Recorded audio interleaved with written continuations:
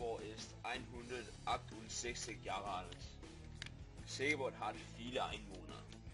Silkeborg ist eine relativ neue Stadt. Es gibt mehr als 25 Sportvereine in Silkeborg, wie zum Beispiel Silkeborg IF und FC Silkeborg, die einige der größten Sportvereine in Silkeborg sind. Aqua wurde 1993 gebaut.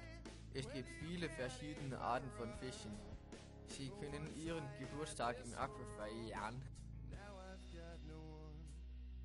Seebad Ost ist bei Almensø gelegen, wie es eines sauberste Seen in Dänemark. Im Winter kannst du Winterbaden.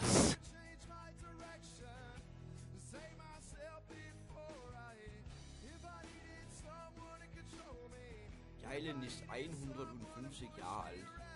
Hjejlen ist das älteste Raddampfer in der Welt. Hjejlen segler nach Himmelberg.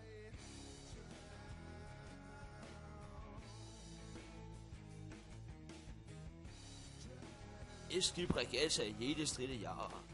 Es gibt dänische Meisterschaft in Feuerwerk. Es gibt Livemusik und eine Jahrmarkt.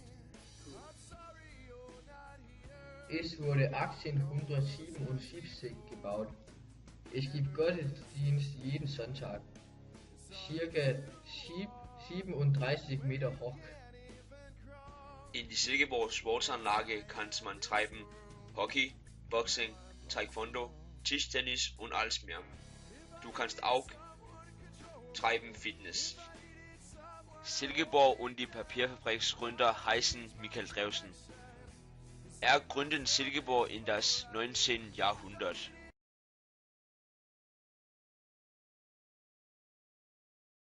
Drop it.